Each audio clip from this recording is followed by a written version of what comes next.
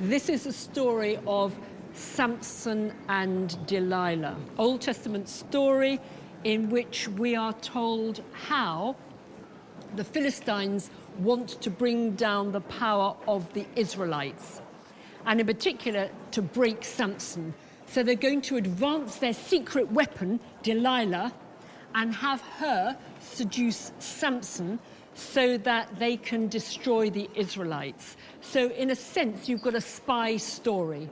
You've got the beautiful spy going off to sleep with the enemy. And in the biblical account, we're told how time after time she goes to his campaign tent all decked up and looking gorgeous, trying to find out where his strength lies.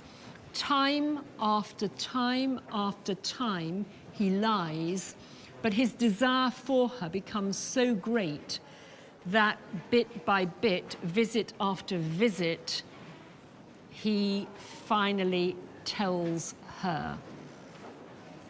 I want all of you to imagine that you are a spy and that you have been sent by your people, your tribe, your nation, to be very nice and get secrets out of the enemy.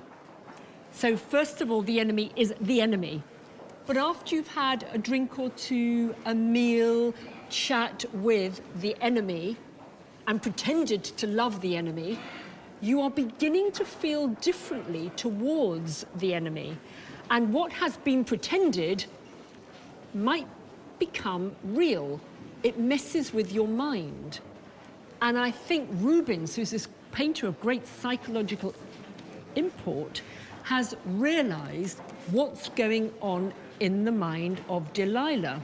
She has pretended to, and perhaps eventually come to feel, love. And she has finally slept with Samson.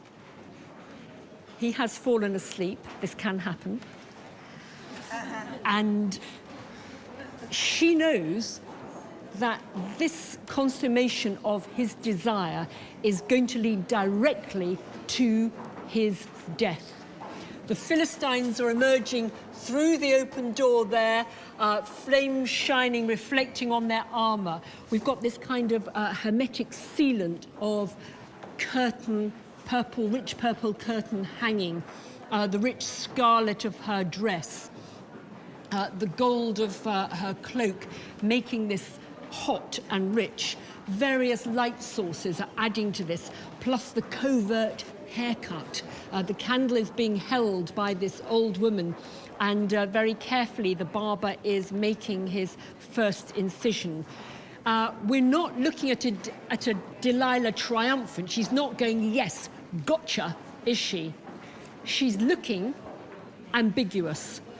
She is bending tenderly over him with perhaps a look of dismay. I'm not going to tell you what you think she's feeling. We'll all read it differently.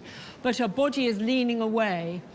On the one hand, literally on the left hand, there's a tender gesture of hand on back, but the other hand is away from him. It really is on the one hand and on the other. She has, over the time that she has been trying to seduce Samson, as any human being would, gone through a series of mental transformations. It must be very distressing now to realize that the man that she has just had these relations with is now going to die directly as a consequence of her actions.